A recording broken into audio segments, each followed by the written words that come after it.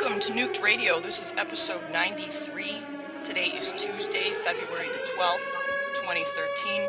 I'm your host, Christina Consolo, and with me again today is Noki Traverse from radwatch.info.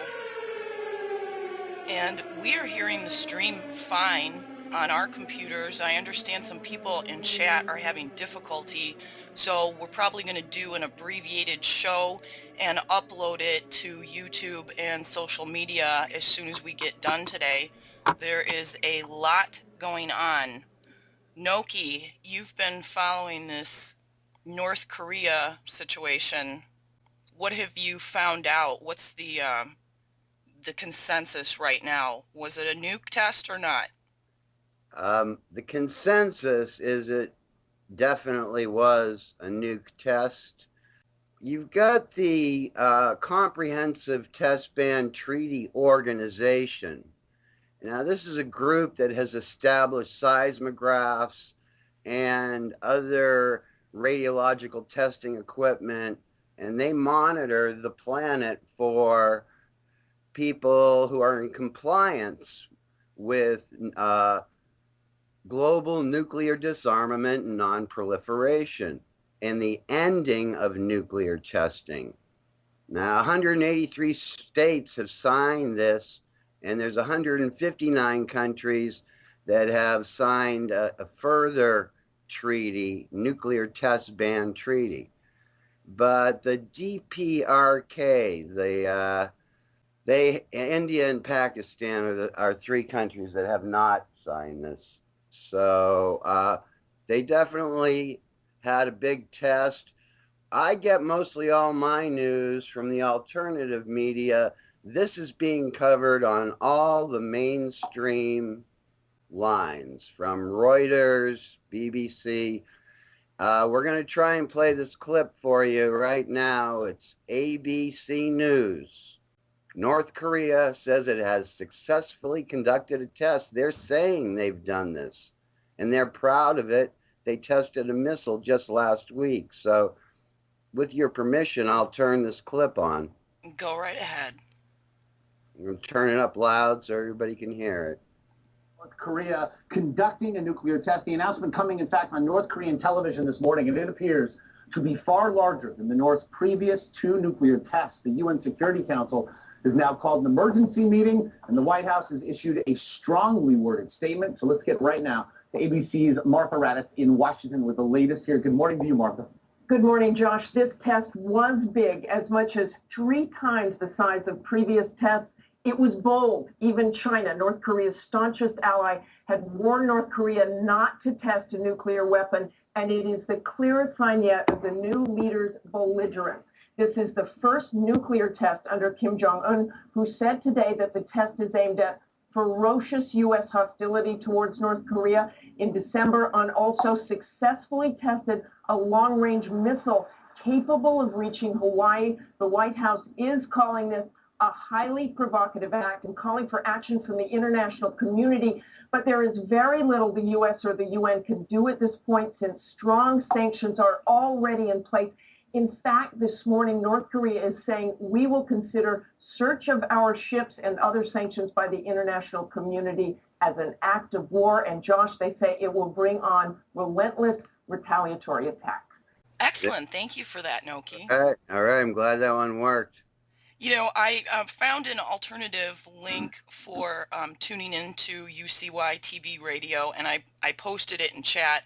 Hopefully people are able to get in that way. If you are able to hear us, drop us a note.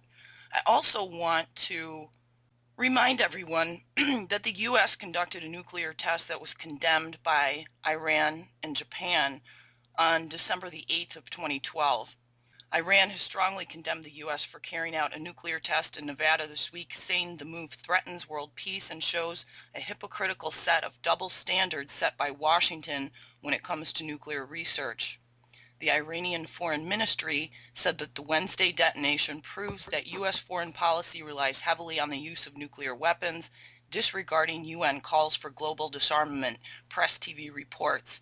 The experiment also drew criticism from Japan, with Hiroshima Mayor Kazumi Matsu wondering why the Obama administration carried out the test despite saying he would seek a nuclear-free world. The test proves that the U.S. could use nuclear weapons anytime, said Hirotami Yamada, who heads the Nagasaki Atomic Bomb Survivors Council. So, I mean, there's a real double standard here. We're condemning them. We were condemned ourselves. This is not a nuclear-free world by any means, far from it. Oh, very far from it. So we're not having any playable streams. Noki, I think the feds are on us. I did. So when I first tried to upload these newspaper reports to you last night, I was blocked from being able to do so. Mm-hmm. I've had a lot of weird stuff going on with my YouTube account since ever I put out the video about the U.S. Navy sailors. In fact, I want to talk about that a little bit today, and I want to give a very special thanks to Kevin Allen, master of many things, who put out a video on it. Kevin Blanche also will be going to San Diego this week and will be discussing this interview in front of the NRC hearing at San Onofre, and he has a speaking engagement at Camp Pendleton where he will be bringing this up also. Missing Sky, frequent contributor to Fukushima News, has put it on her channel. Logic Before Authority, also known as Idaho Picker, gave a commentary on it and a link to the full interview. Miss Milky the Clown has put it on her channel. Dutch Sense has promoted it, as well as other people on YouTube, and we really appreciate that. So far, I think we've had like a little over 3,000 people who have listened to it since I uploaded it on Sunday, and there were a lot of comments generated from not only the YouTube interview, but Any News has posted 5 excerpts so far, some of them from Mike Seaburn, some of them from Paul Garner, and I want to share some of the comments and thank the people who are also promoting this on veterans networks, because it's very important that we get this information out. I was hoping to contact Paul this morning and see just what kind of response he's had, but I didn't have time before we went to air. Maija on Any News commented, "The constitutional rights of these U.S. citizens have been violated. U.S. government is obliged by its constitution to promote the general welfare. Denial of great harm to U.S. military personnel could only be rationally legal if it was being done to protect the more general welfare of the U.S. people. However, since the U.S. knows the extent of radioactive releases, it is obliged to protect all U.S. citizens who might also be affected, albeit at lower levels. Yet the U.S. had only enacted publicly has been the call for U.S. citizens to stay 50 miles from the plant in March of 2011. So since the U.S. government does not appear to be protecting the general welfare of its citizens, we can conclude also that the general welfare of its soldiers are being disregarded also." Johnny Blade said, "Hi, Maija. The families of the U.S. military are the ones whose constitutional rights have been violated, but the enlisted men and women have no rights once they sign the contract and take the oath, which includes signing away all constitutional and even basic human rights. And the only rights they have left are the ones guaranteeing a free burial and the U.S. flag that's draped over their coffins, and surviving family beneficiaries may receive any pay still owed, and servicemen's group life insurance policies, but zero responsibility, accountability, and compensation related to incompetence displayed by commanders that led to their illnesses and or death, regardless of who is proven to be at fault.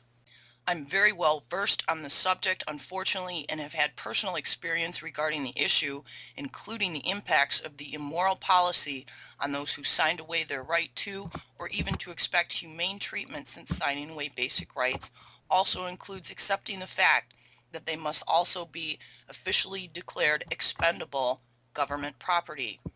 I have 3 friends in Japan, 2 of which are members of the U.S. military stationed there, and one who is a nuker privy to info that could get him or her in serious trouble for things that he or she has mentioned to me privately, and I have to figure out how I can protect my sources if my request for certain innocuous documents, which weren't security threats except for a few short sentences that contradict the public statements, which downplayed the radiation hazards that were faced by military personnel and their families. I actually had a few moments that I'd been of the opinion that one young man sent to Japan and stationed closer to Fukushima than anywhere I'd want my loved ones to be for even 3 or 4 minutes, much less the 3 or 4 years the kid will be spending there, that the best chance he would have to survive and or avoid the threatening health issues becoming known by those who spent much less time there would be to get into serious trouble, leading to being court-martialed and sent back to military prison in the U.S. for the remainder of what would have been a death sentence soon after arrival, and living, breathing, and eating. Had they honorably performed their duties during the years of being stationed there? It's pretty bad when I would have to repeatedly bite my tongue to keep from strongly advising a freshly graduated enlisted to go AWOL instead of reporting to their assigned duty station. I'm deeply proud of the men and women who serve in the U.S. military, but I'm just as deeply suspicious of and have had much contempt for the government, especially the administration, issuing them their orders. I'm still shocked that the people of Japan, who I used to hold deep respect for, their culture, intelligence, and logic, would allow the vile industry and the organized crime syndicates responsible to continue governing through their government puppets to kill Japan. Wow. Pat B. says that this will be troublesome as the Navy ordered them to duty in Japan or offshore and knew enough of how dangerous it was. Of course they know how dangerous it is. They're just not now that they know they can't get their accurate statistics from anyone outside of their own organization, I'm sure they're going to rely on their own monitoring equipment. But I wasn't impressed with their protocols on their last decon mission.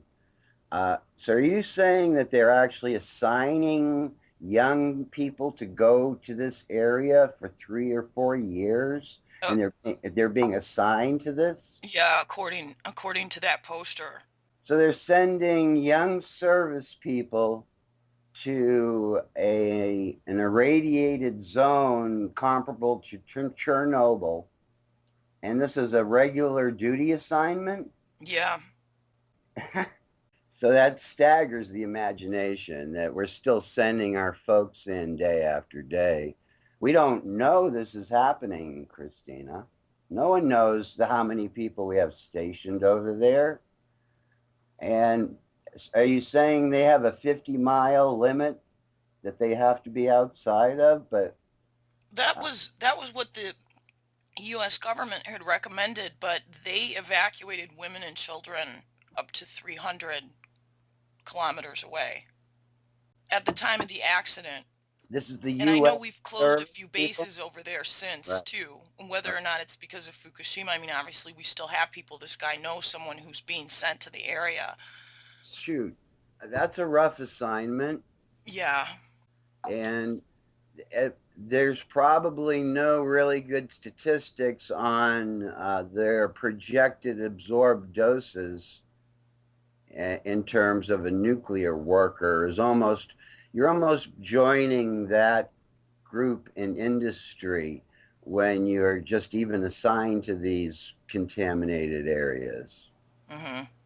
You're automatically a nuke worker now, and you should wear a dosimeter all the time. But we're going in the opposite direction. Am I correct? We're dropping people from keeping tabs on their health once we know they're irradiated.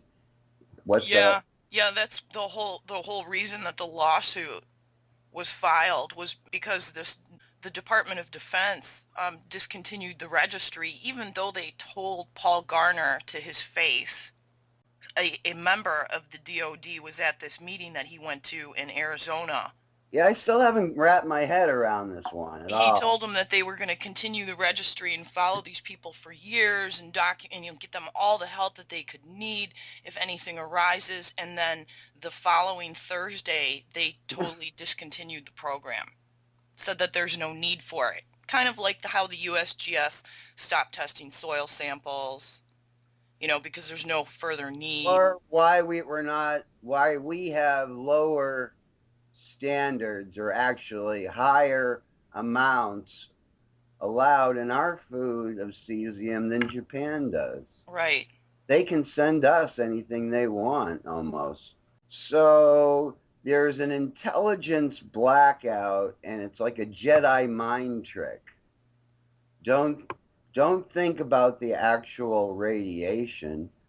Now, there should be some protocol in the service itself about when their base can no longer remain in a specific location due to whatever the concerns are. And we're not even helping at the reactor site where we could actually do some good. And our crews are just going to be just like the locals, living in the ground shine and breathing the hot particles. And a whole bunch of those kids are going to get sick just from going there. There was a report that came out today of a child in Date, and I don't know how far that is from the Fukushima plant, but this child had a whole body count done, and they determined there were 6,000 disintegrations per second in this child's body. That's internal. Internal. Yeah, so that's 6,000 a second. So that's 3,600 CPM internal. I mean, we've kind of lost our minds, folks. Yeah. That's all as a parent, I'm mortified. Mm-hmm. As a citizen, I'm buffooned. I'm stumped. I can't. And we're doing all this just to boil water. But the fact is, if we stop this discussion just for 1 minute and took a bigger view perspective, you could already point to the new countries that are leading the way out of this miasma with wind and solar and other renewables. Their whole country just wham, we got off the whole thing. And in America, there is not a vibrant vision of safe energy. This tar sands and uranium combo, well, how are we going to get to tip over? When is somebody brilliant enough going to talk to Obama or somebody so that we need to change the core? We changed presidents, but that didn't seem to change anything in terms of the course we're headed on.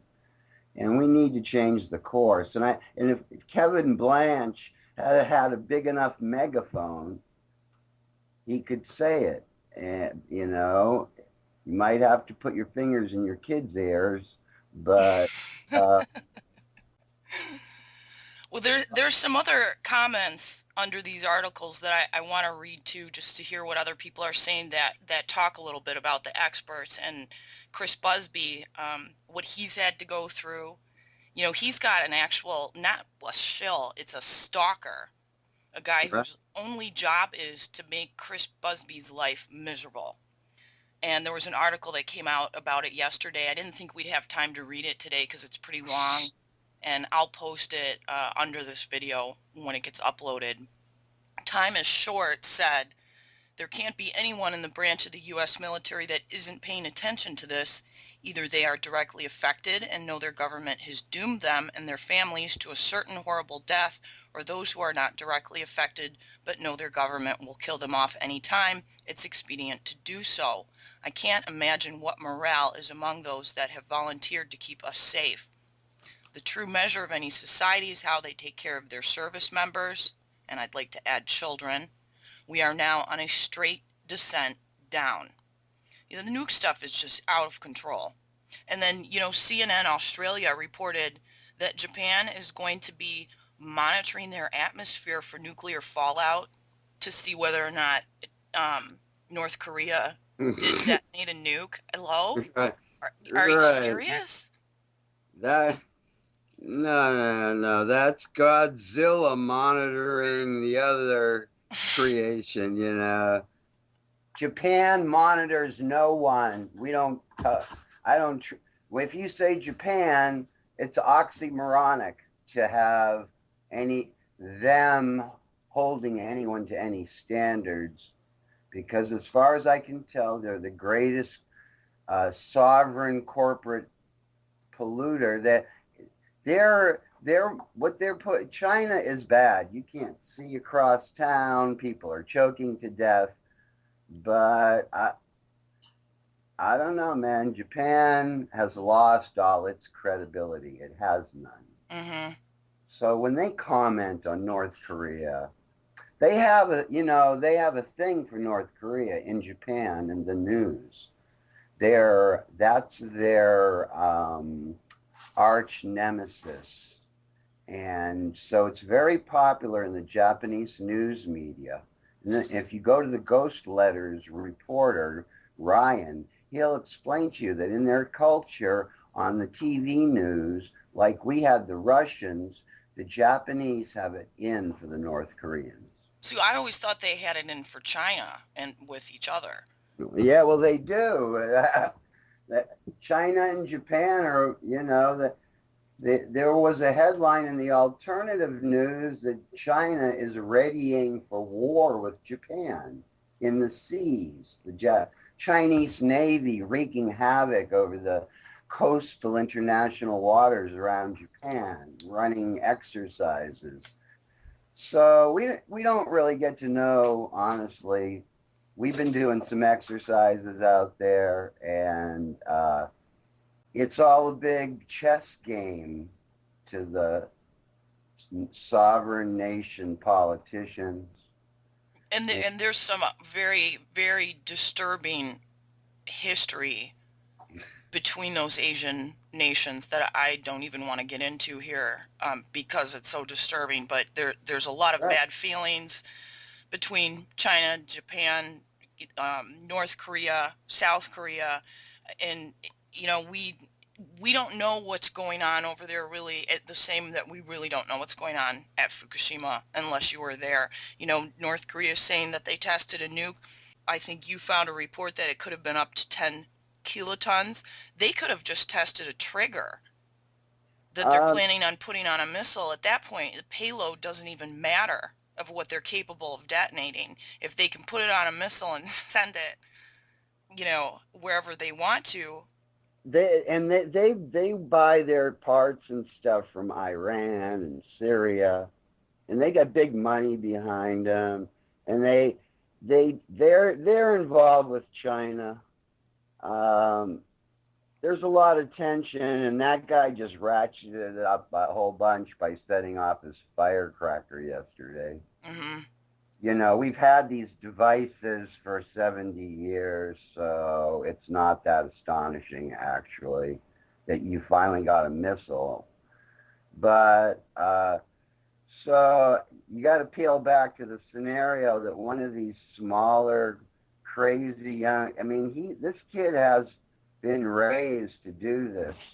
And that's a scary thing when a young man has so much power, and they revere their statues, and it's the closest thing we've seen from when China, the big revolution, and millions of people starved and died in all these totalitarian takeovers. This is nothing but a huge bully boy in a very teeny spot with some pretty high-tech gadgetry.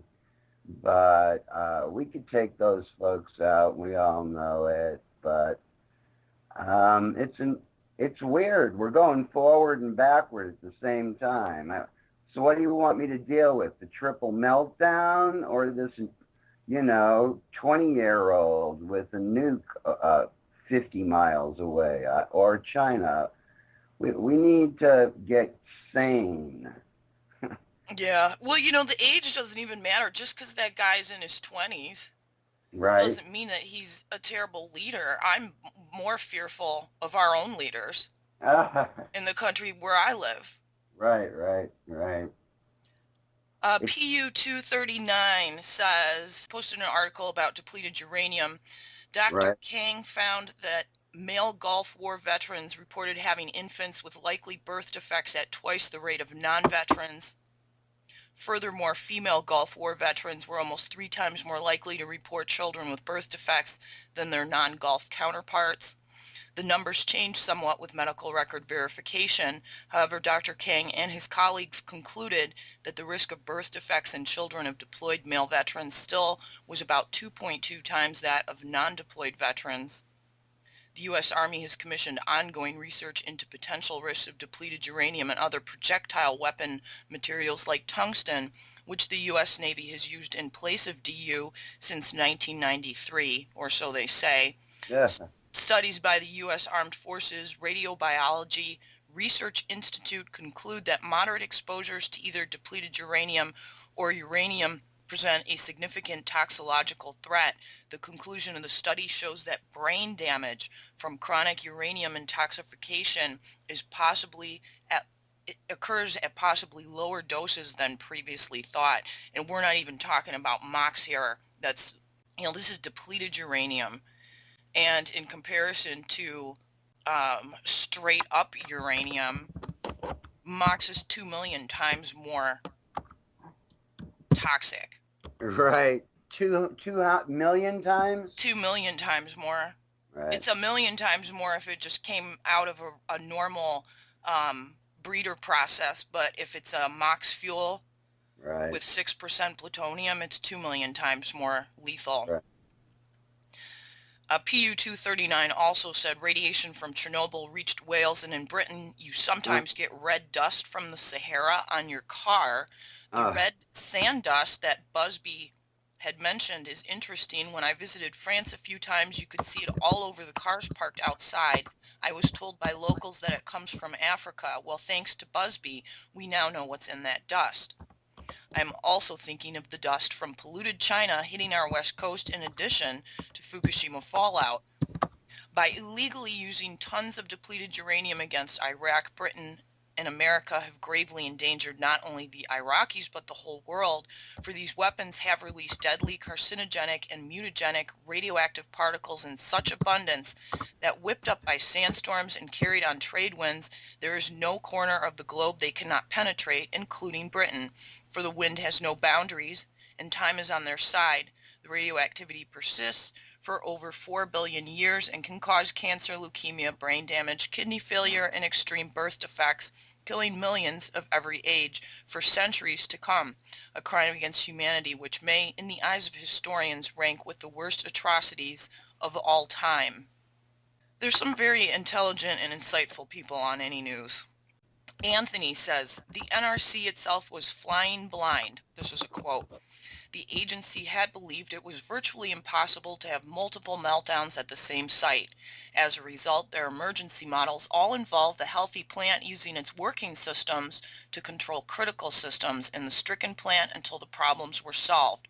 JASCO had publicly urged calm and for Americans in Japan to follow the guidelines of the Japanese government. NRC press releases in the United States all stated prominently that there was no danger from radioactive fallout, but the transcripts tell another story. On March 14th, JASCO's conference call was interrupted by senior executive Jack Grobe with bad news. The U.S. military believes the number 4 reactor is in danger. It feels every step should be taken to cool the reactor, including using the SDF, the cable said. The United States has made various preparations to deal with a nuclear accident. The president is also very concerned. And there's a link posted //bit.ly /WS7RXG. I mean, this is beginning to feel like an emergency drill where everything goes wrong and you can't imagine how all of them can go wrong. End quote. But the NRC released several daily press releases all reassuring the public there was no danger. And on the high seas and at the American naval installations, the sailors of Operation Tomodachi were on their own. DKA says at least Americans are coming out and speaking. All of the symptoms they have are strongly correlated with internal exposure. Their symptoms are listed in health effects of radiation contaminations. They could even trace their thyroid problems using new techniques to identify radiation-induced thyroid DNA damage. But CNN, ABC, NBC, Fox, etc., are they speaking about this?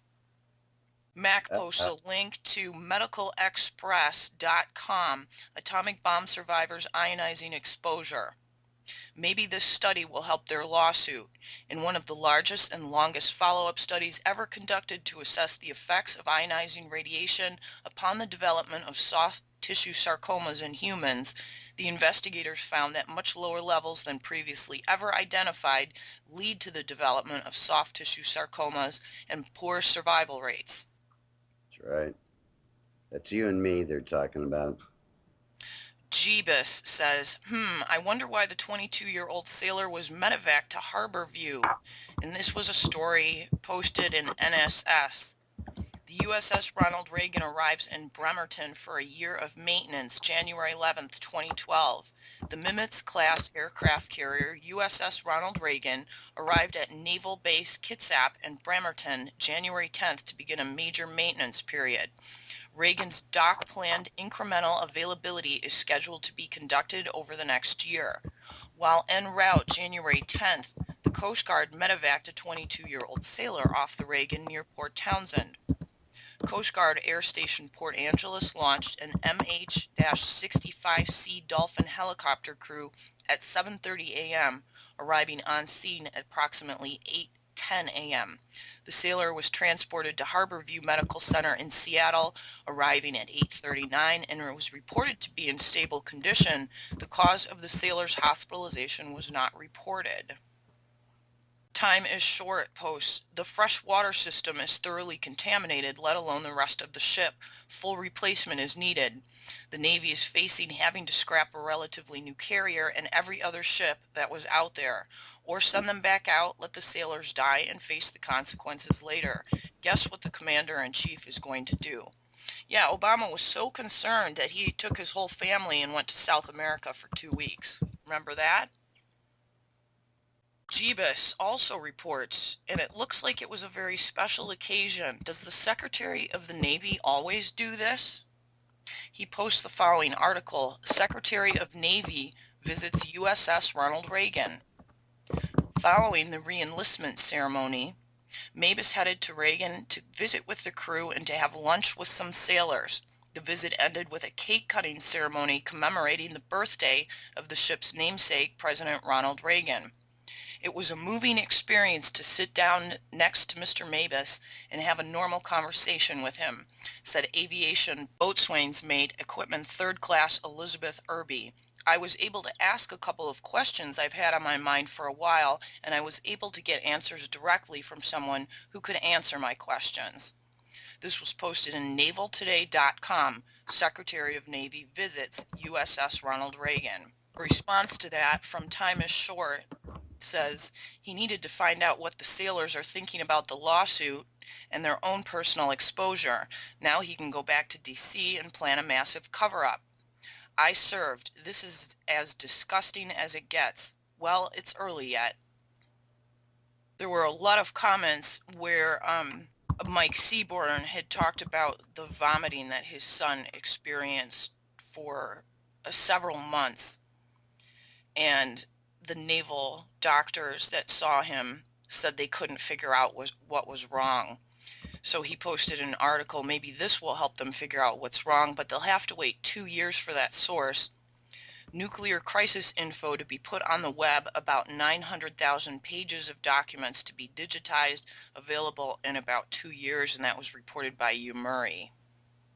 Most of us already know what's wrong. We're killing ourselves. The worst bit is we don't have to.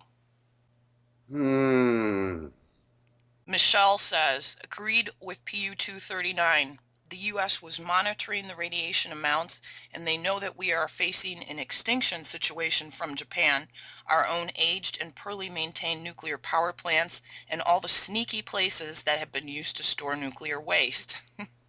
However, the government knew that to evacuate the base of families would cause too many questions. To be transparent with the people in our nation about the serious situation would cause panic, and so the global community has been kept innocent of the dangers. Besides, the nuclear energy corporations needed to continue providing energy. So we've been paying our utility bills to corporations who have known that we were at great risk of illness and death. And she also makes some comments about how that relates to the Bayou Corn sinkhole. Uh-huh. Mac says infant mortality in Japan after Fukushima. This was posted on nuclearcrimes.org. Dr. Alfred Korbling in late 2012 published a paper titled Infant Mortality in Japan After Fukushima, and he found a statistically significant threefold rise in infant mortality in Fukushima Prefecture in the second month after the meltdowns, and similar produced peaks, the highest deviation from infant mortality trend in over 10 years, across the Japanese population in that month of May and in December of 2011. Dr. Korbling compared the data to German infant mortality after the Chernobyl disaster and found parallel mortality peaks in the Chernobyl data. I got to see that study. That sounds very, very interesting. They're very similar occurrences. So, Yeah, I didn't know that the mortality had been mapped like that in comparison to Chernobyl. I mean, this is so early for this stuff to be happening. You know, even those of us who thought worst case scenario from day one have been just shocked and stunned at how fast things are happening. when you speak of those who are first taken, and when it turns out to be your unborn child, so you're speechless, and making electricity just can't come at this high of a price, where we bulldoze over everybody's entire existence. There has to be some kind of, and we need a president who would please say something besides, don't worry, there won't be any, there's nothing to worry about. That's what you tell a kid when you don't want to tell them the truth. Yeah. And this is, since it's reached this crisis level worldwide, we have to go beyond, we can't tell the public what's happening because of the ensuing panic. It's just not fair. It hasn't worked the whole 70 years they've been doing it. And look what we've got is a big white elephant in a room, and no one will really talk about it. We don't have a president who's come on and said, you know, I've really got the best people that I could possibly find working on this waste and containing what we've got, and we're going to hop to it. And, you know, so, I mean, the TEPCO thing is that it's sort of like a street brawl where there's a big group of people and no one can get in to stop the fight, because there's no one going into this plant and fixing it. And, you know, they pick up the crane and it breaks and falls in the fuel pool. And I don't know, man, can't you guys do anything right? And it's a joke. It's the Three Stooges over there. And that now with our service people, any other situation, if they had, you know, dropped fertilizer bombs on the barracks, we'd know about it. But this is radiation, so no one says anything. Noki, this is kind of a side issue, but did you happen to see Dr. Benjamin Carson's speech at the National Prayer Breakfast that he did in front of Obama? No, I wasn't privy to this one. But It's maybe you can upload it with the others today. it's unreal. This guy is they made a movie about him. He was raised in a poverty situation. He had a mother that insisted that all of her children read books. He's gone on to be one of the most world-renowned specialists in pediatric neurosurgery. Okay. And he does all of these charitable things. And he was invited to speak. And at the beginning of the speech, Obama is sitting 2 chairs over from the podium. And he's smiling. And by the end of this speech, he has such a frown on his face because this guy pretty much attacked every policy of this administration and did it right in front of him, and did it in the classiest, most intelligent way possible. The speech is unreal. Oh, we need to see this one then.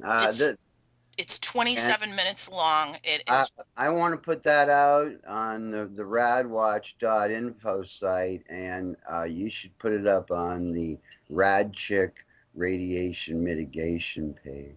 I posted it over the weekend, and a lot of people have been watching it. And again, it's being shared like crazy on YouTube. And I will attach it at the end of it. What's the doctor's name again? His name is Dr. Benjamin Carson. Very impressive. In fact, a lot of news organizations are now inviting this guy on, saying, how could you do this? The way that you did it was just phenomenal. And Obama's reaction to it, I mean, you can see he was absolutely disgusted at what this guy was saying, and all of it was true. He nailed it from beginning to end of what's going on in this country, the debt, how to fix it, and people are saying this guy needs to run for president.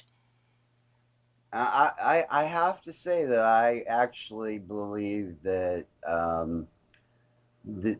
Obama is kind of a pro-nuke kind of guy. Sure, it is. And he's done a few things to get good public relations, like we brought all of Mexico's nuclear waste up here, all their bomb grade from their react. So we're doing all those nice things, and he does actually have these talks to reduce the thermonuclear weapons, but that's because that theater, it has morphed into smaller, weirder, critical, weaponized bombs. It's much smaller, cluster bombs. So that, unfortunately, that's still our highest national security, and I like Obama a lot more than all the others, but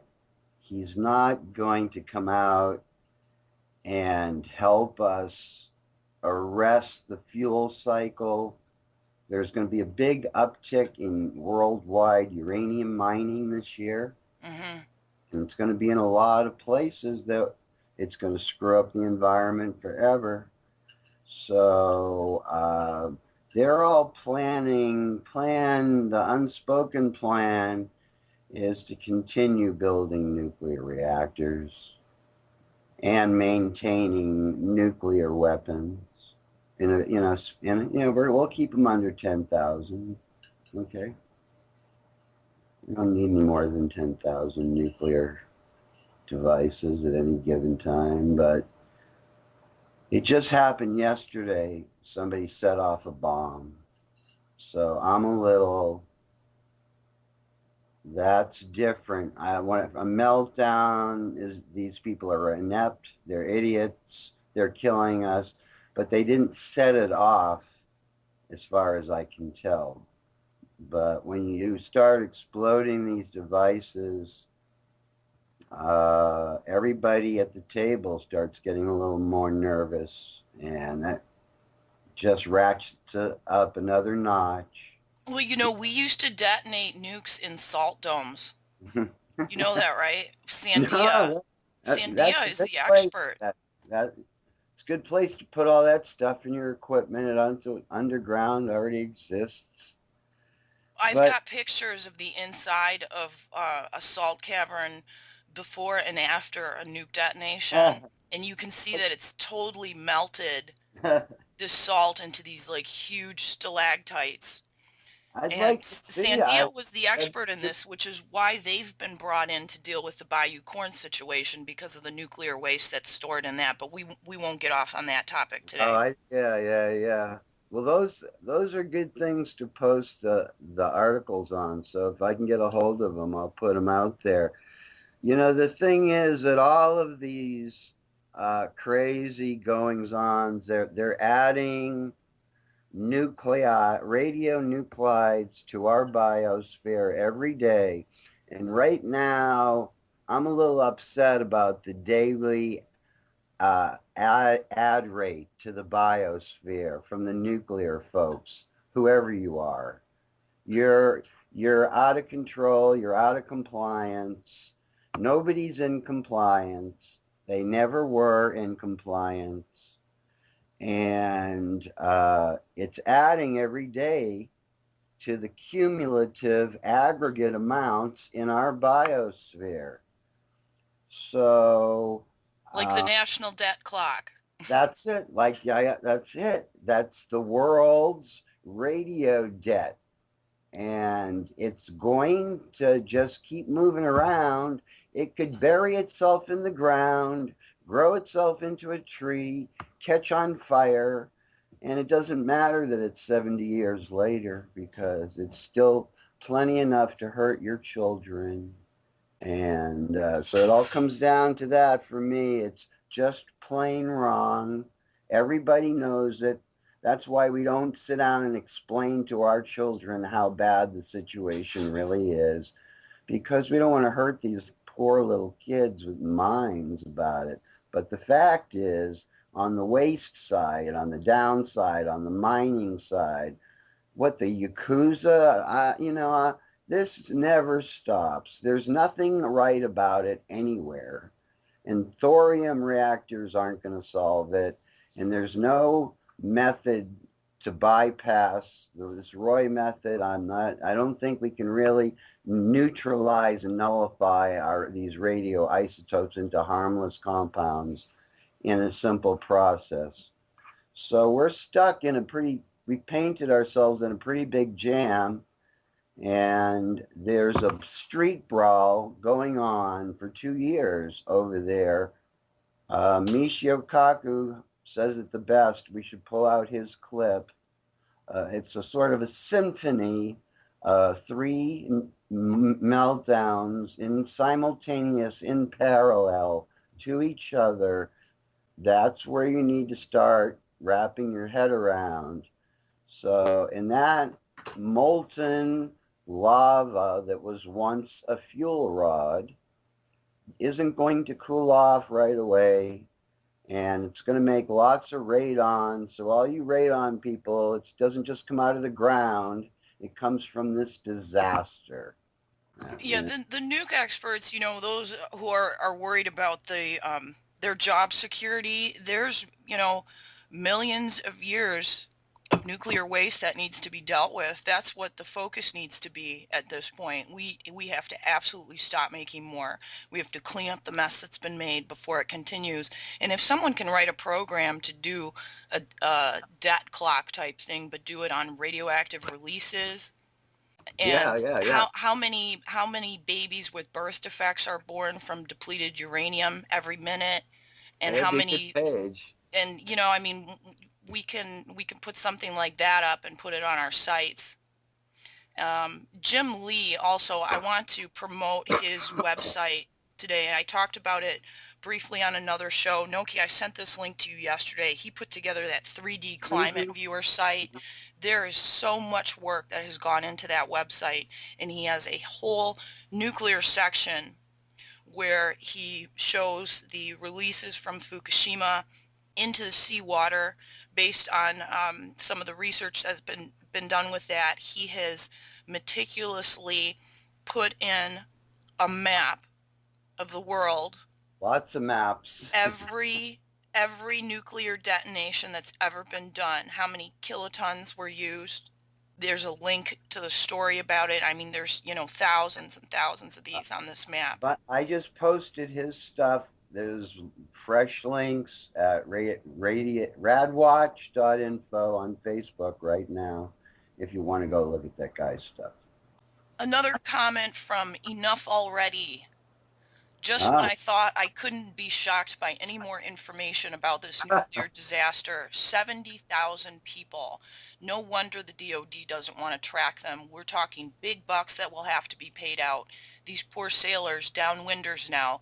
The useless NRC apparently didn't help the Navy out enough to protect them. Deny, let them die. That is the DOD's strategy.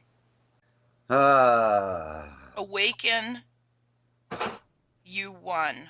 Says, even current servicemen and women are being exposed. They use the DU in all of our munitions right now. I am caring for a wonderful young man who developed colon cancer, which spread to his brain, resulting in a stroke, with loss of the ability to speak or use his right side.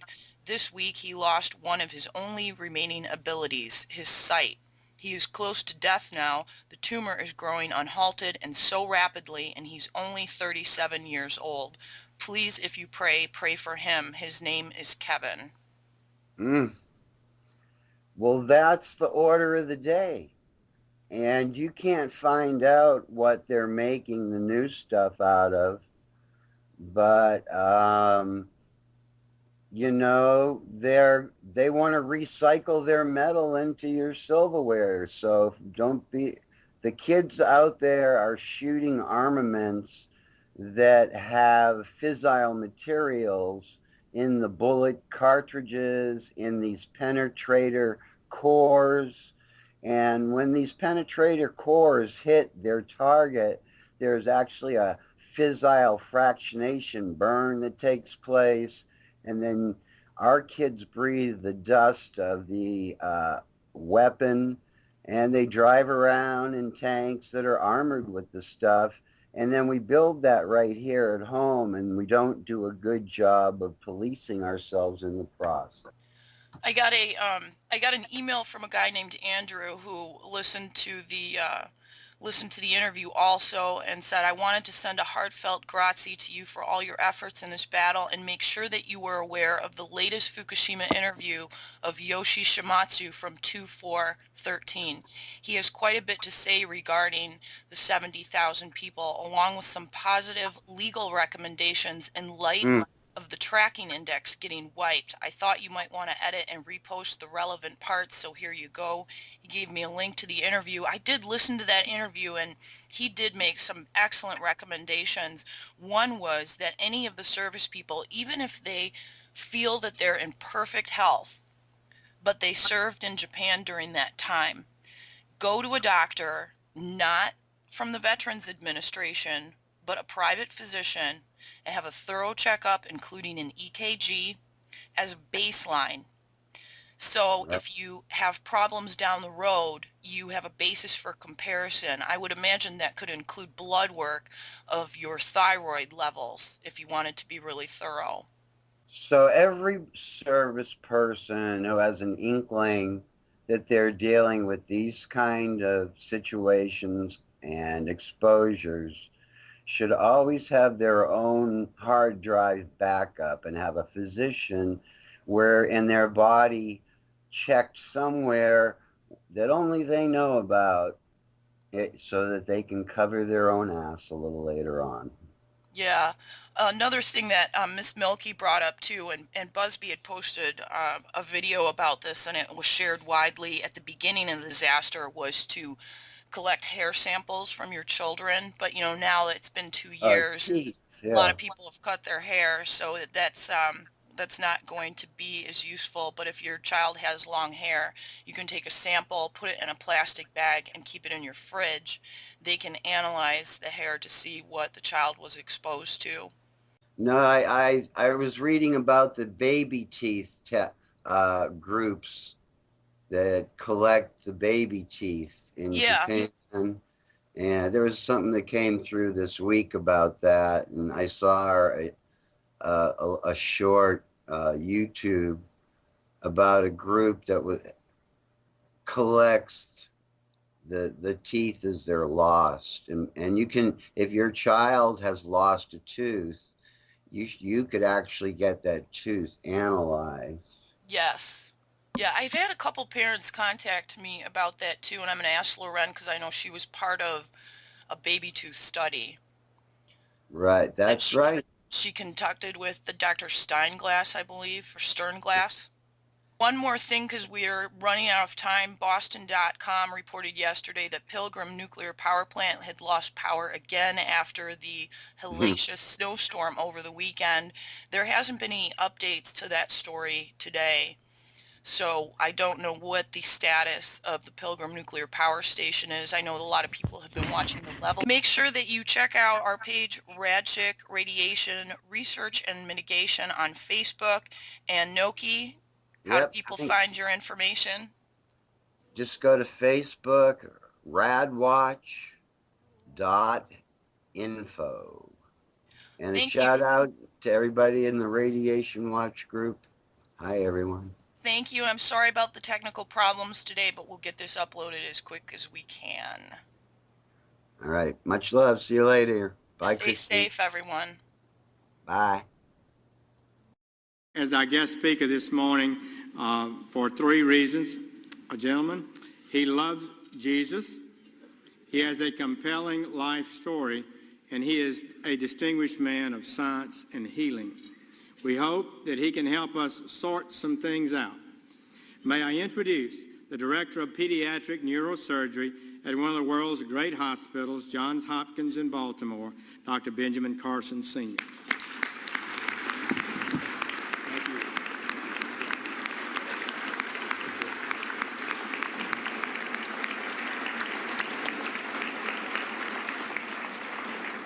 Thank you so much, Mr. President, Mr. Vice President, Mrs. Obama, distinguished guests, which includes everybody. Thank you so much for this wonderful honor to be at the stage again. I was here 16 years ago, and the fact that they've invited me back means that I didn't offend too many people. So that was great. I want to start by reading 4 texts which will put into context what I'm going to say.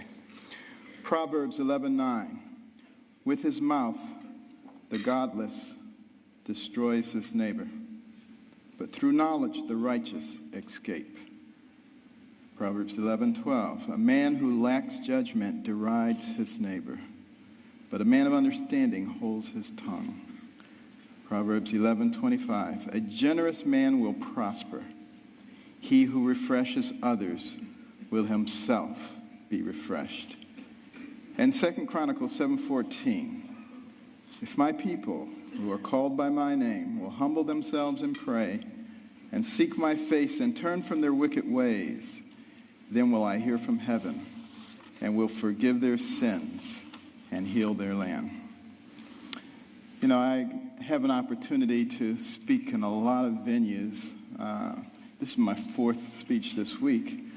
And I have an opportunity to talk to a lot of people. And I've been asking people, what concerns you? What are you most concerned about in terms of the spirituality and the direction of our nation and our world? And I've talked to very prominent Democrats, very prominent Republicans. And I was surprised by the uniformity of their answers. And those have informed my comments this morning. Now, it's not my intention to offend anyone. I have discovered, however, in recent years that it's very difficult to speak to a large group of people these days and not offend someone. And people walk around with their feelings on their shoulders waiting for you to say something. Did you hear that? And they can't hear anything else you say. The PC police are out in force at all times. I remember once I was talking to a group about the difference between a human brain and a dog's brain. And a man got offended. He said, you can't talk about dogs like that. But, you know, people just focus in on that, completely miss the point of what you're saying. And we've reached a point where people are afraid to actually talk about what they want to say because somebody might be offended. People are afraid to say Merry Christmas at Christmas time. It doesn't matter whether the person you're talking to is Jewish or, whether they're any religion. That's a salutation, a greeting of goodwill. We've got to get over this sensitivity, and it keeps people from saying what they really believe. I'm reminded of a very successful young businessman, and he loved to buy his mother these exotic gifts for Mother's Day, and he ran out of ideas, and then he ran across these birds. These birds were cool. They cost $5,000 a piece. They could dance, they could sing, they could talk. He was so excited he bought 2 of them. Sent them to his mother, couldn't wait to call her up on Mother's Day. Mother, what'd you think of those birds? And she said, they was good. He said, no, Mother, you didn't eat those birds. Those birds cost $5,000 a piece. They could dance, they could sing, they could talk. And she said, well, they should have said something. And that's where we end up too if we don't speak up for what we believe. And what we need to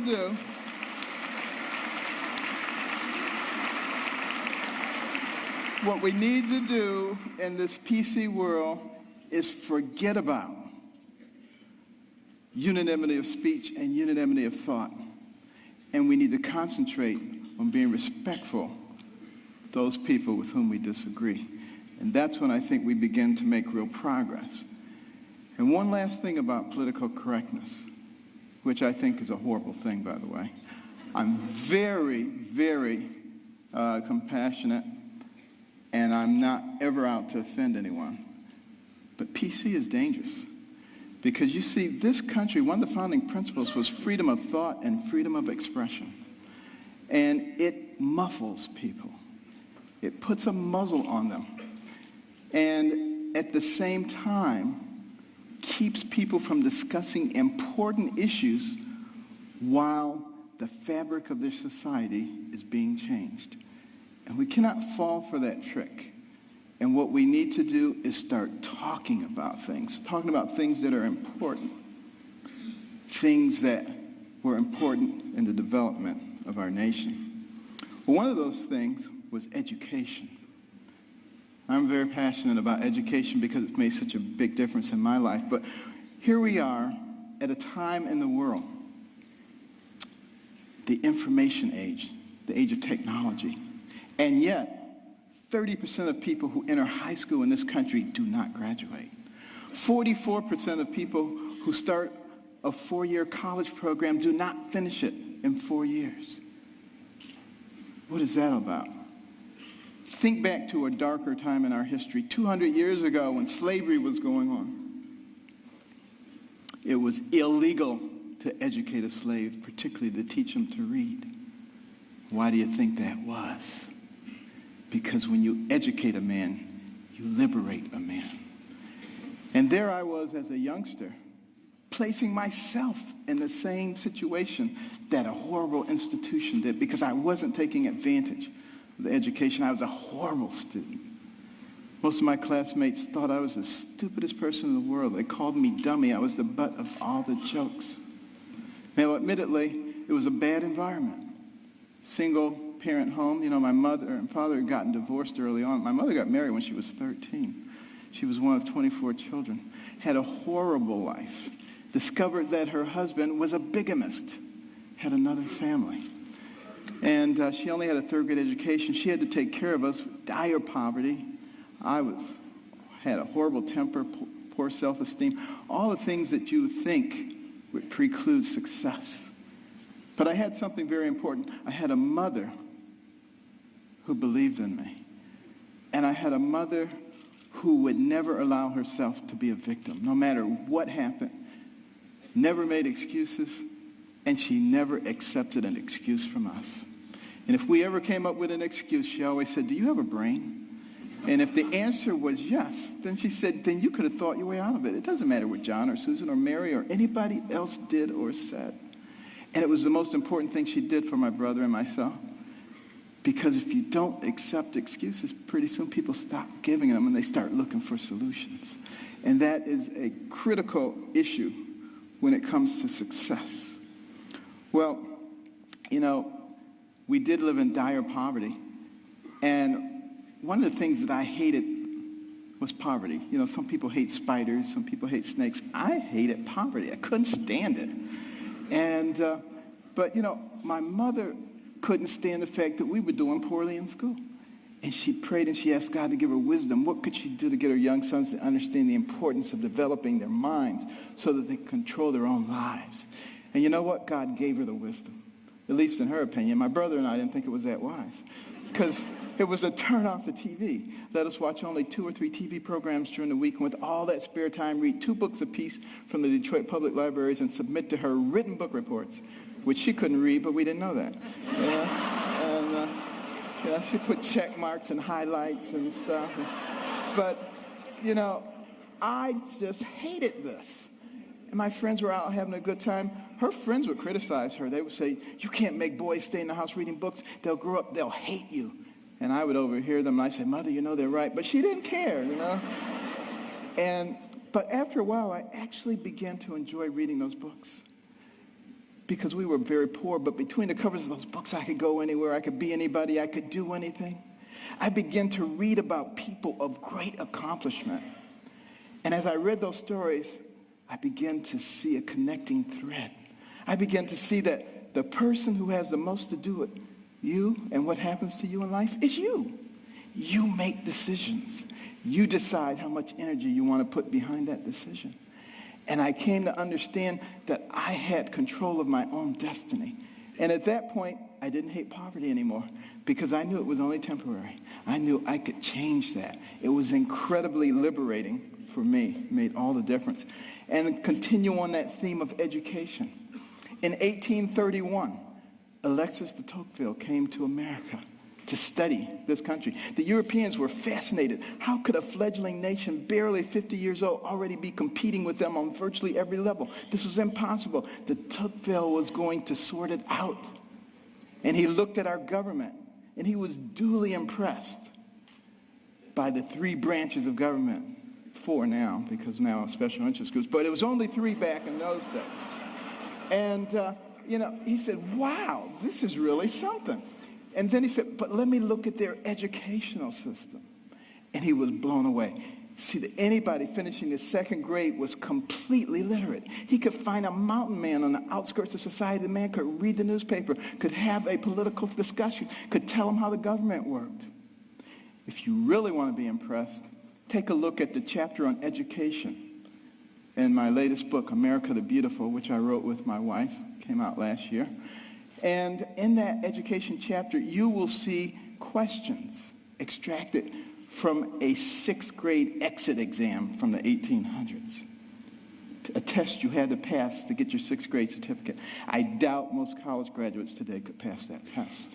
We have dumbed things down to that level. And the reason that that is so dangerous is because the people who founded this nation said that our system of government was designed for a well-informed and educated populace. And when they become less informed, they become vulnerable. Think about that. Our system of government, and that's why the education is so vitally important. Now, some people say, you're overblowing it, things aren't that bad. And you're a doctor, a neurosurgeon. Why are you concerned about these things? I've got news for you. 5 doctors signed the Declaration of Independence. Doctors were involved in the framing of the Constitution, the Bill of Rights, a whole bunch of things. It's only been in recent decades that we've extracted ourselves, which I think is a big mistake. We need doctors and we need scientists, engineers. We need all those people involved in government, not just lawyers. I don't have anything against lawyers, but, you know, here's the thing about lawyers. And I'm sorry, but I got to be truthful, okay? Got to be truthful. What do lawyers learn in law school? To win. By hook or by crook, you got to win. So you got all these Democrat lawyers and you got all these Republican lawyers, and their side wants to win. We need to get rid of that. What we need to start thinking about is, how do we solve problems?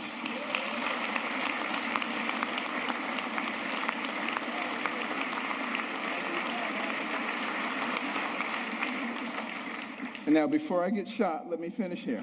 Now, you know, one of the reasons, and I don't like to bring up problems without coming up with solutions. You know, my wife and I started the Carson Scholars Fund 16 years ago after we heard about a survey, an international survey, looking at the ability of 8th graders in 22 countries to solve math and science problems. And we came out number 21 out of 22, barely beat out number 22, very concerning. And we'd go into schools and we'd see all these trophies, all-state basketball, all-state wrestling, all-state this, that, and the other. The quarterback was the big man on campus. And what about the intellectual superstar? What did they get? A National Honor Society pin? A pat on the head, there, little nerd. You know, nobody cared about them. And is it any wonder that sometimes the smart kids try to hide? They don't want anybody to know that they're smart.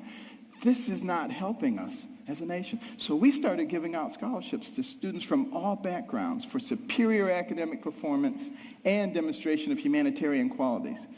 Unless you cared about other people, it didn't matter how smart you were. We got plenty of people like that. We don't need those. We need smart people who care about other people. We would give them money. The money would go into a trust. They would get interest on it. When they went to college, they get the money. But also the school gets a trophy. Every bit as impressive as any sports trophies. Goes right out there with the others. They get a medal. They get to go to a banquet. And we try to put them on the same kind of pedestal as we do the all-state athletes. Now, I have nothing against athletics or entertainment. Please believe me. You know, I'm from Baltimore. The Ravens won. This is great, okay? But what will maintain our position in the world? The ability to shoot a 25-foot jump shot or the ability to solve a quadratic equation? And we need to put the things into proper perspective. And, you know, many teachers, you know,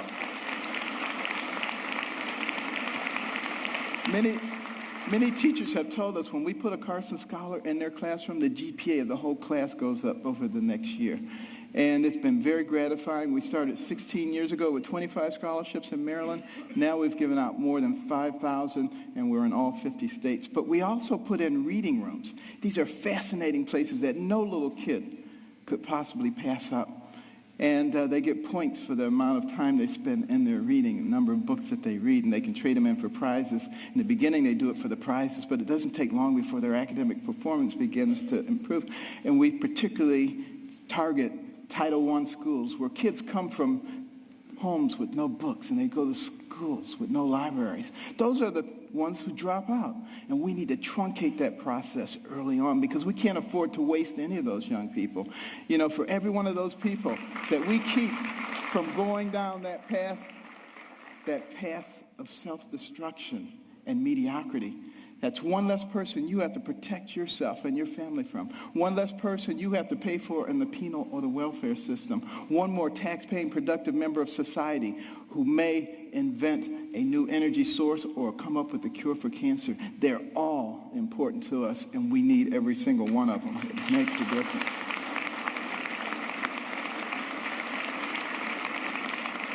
And when you go home tonight, please read about it. Carson Scholars Fund. carsonscholars.org. But why is it so important that we educate our people?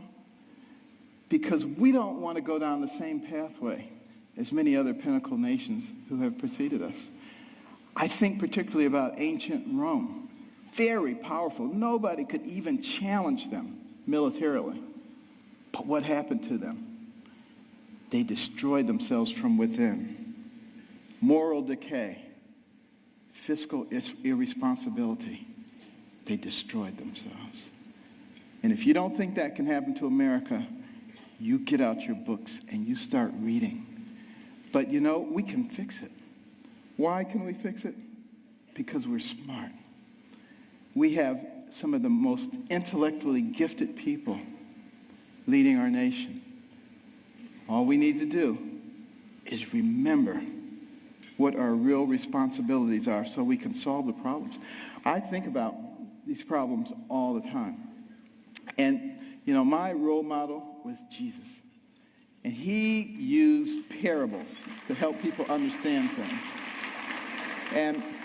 And one of our big problems right now, and like I said, I'm not politically correct, so I'm sorry, but, you know, our deficit is a big problem. Think about it. And our national debt, $16.5 trillion, You think that's not a lot of money? Tell you what, count one number per second, which you can't even do because once you get to 1,000, it takes you longer than a second. But one number per second, you know how long it would take you to count to 16 trillion? 507,000 years. More than 500,000 years to get there. We have to deal with this. Here's the parable. A family falls on hard times. Dad loses his job or is demoted, gets part-time work. He has 5 children. He comes to the 5 children. He says, we're going to have to reduce your allowance. Well, they're not happy about it, but he said, except for John and Susan. They're special. They get to keep their allowance. In fact, we may give them more. How do you think that's going to go down? Not too well. Same thing happens. Enough said. What about our taxation system? So complex. There is no one who can possibly comply with every jot and tittle of our tax. If I wanted to get you or you, I could get you on a tax issue. That doesn't make any sense. What we need to do is come up with something that's simple. And when I pick up my Bible, you know what I see? I see the fairest individual in the universe, God, and he's given us a system. It's called tithe. Now, we don't necessarily have to do it 10%, but it's principle. He didn't say, if your crops fail, don't give me any tithes. He didn't say, if you have a bumper crop, give me triple tithes. So there must be something inherently fair about proportionality. You make $10 billion, you put in $1 billion. You make $10, you put in 1. Of course, you got to get rid of the loopholes. But now some people say, well, that's not fair because it doesn't hurt the guy who made $10 billion as much as the guy who made 10. Where does it say you have to hurt the guy? He just put $1 billion in the pot. We don't need to hurt him. It's that kind of thinking. It's that kind of thinking that has resulted in 602 banks in the Cayman Islands. That money needs to be back here, building our infrastructure and creating jobs. And we're smart enough to figure out how to do that. We've already started down the path of solving one of the other big problems, healthcare. We need to have good healthcare for everybody. It's the most important thing that a person can have. Money means nothing, titles means nothing when you don't have your health. But we got to figure out efficient ways to do it. We spend a lot of money on healthcare, twice as much per capita as anybody else in the world, and yet not very efficient. What can we do? Here's my solution. When a person is born, give them a birth certificate, an electronic medical record, and a health savings account, to which money can be contributed pre-tax from the time you're born to the time you die. When you die, you can pass it on to your family members so that when you're 85 years old and you got 6 diseases, you're not trying to spend up everything. You're happy to pass it on, and there's nobody talking about death panels. That's number one. And also, for the people who are indigent, who don't have any money, we can make contributions to their HSA each month because we already have this huge pot of money. Instead of sending it to some bureaucracy, let's put it in their HSAs. Now they have some control over their own health care. And what do you think they're going to do? They're going to learn very quickly how to be responsible. When Mr. Jones gets that diabetic foot ulcer, he's not going to the emergency room and blowing a big chunk of it. He's going to go to the clinic. He learns that very quickly. Gets the same treatment. In the emergency room, they send him out. In the clinic, they say, now let's get your diabetes under control so you're not back here in 3 weeks with another problem. That's how we begin to solve these kinds of problems. It's much more complex than that, and I don't have time to go into it all, but we can do all of these things because we're smart people. And let me just begin to close here by another parable. Sea captain, and he's out on the sea near the area where the Titanic went down. And they look ahead and there's a bright light right there. Another ship, he figures, and he tells his signaler, signal that ship, deviate 10 degrees to the south. Back comes the message, no, you deviate 10 degrees to the north. Well, he's a little bit incensed, He says, send a message. This is Captain Johnson. Deviate 10 degrees to the north. Back comes the message. This is Ensign 4th Class Riley. Deviate 10 degrees to the south. Now he's really upset. He says, send him a message. This is a naval destroyer. Back comes the message. This is a lighthouse.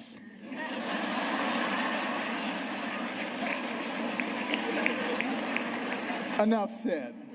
Now, what about the symbol of our nation? The eagle, the bald eagle. It's an interesting story how we chose that. But a lot of people think we call it the bald eagle because it looks like it has a bald head. That's not the reason.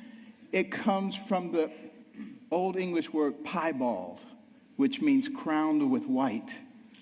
And we just shorten it to bald. Now use that the next time you see somebody who thinks they know everything. You get them on that one. But why is that eagle able to fly high, forward? Because it has two wings, a left wing and a right wing. Enough said. And I want to close with this story. 200 years ago, this nation was involved in a war, the War of 1812. The British, who are now our good friends, thought that we were young whippersnappers. It was time for us to become a colony again. They were winning that war, marching up the eastern seaboard, destroying city after city, destroyed Washington, D.C., burned down the White House. Next stop, Baltimore. As they came into the Chesapeake Bay, that armada of ships, warships, as far as the eye could see, it was looking grim. Fort McHenry standing right there. General Armistead, who was in charge of Fort McHenry, had a large American flag commissioned to fly in front of the fort. The admiral in charge of the British fleet was offended. He said, take that flag down. You have until dusk to take that flag down. If you don't take it down, we will reduce you to ashes. There was a young amateur poet on board by the name of Francis Scott Key, sent by President Madison to try to obtain the release of an American physician who was being held captive. He overheard the British plans. They were not going to let him off the ship. He mourned as dusk approached. He mourned for his fledgling young nation. And as the sun fell, the bombardment started. Bombs bursting in air, missiles, so much debris. He strained trying to see, was the flag still there? Couldn't see a thing. All night long it continued. At the crack of dawn, he ran out to the banister. He looked, straining his eyes, but all he could see was dust and debris.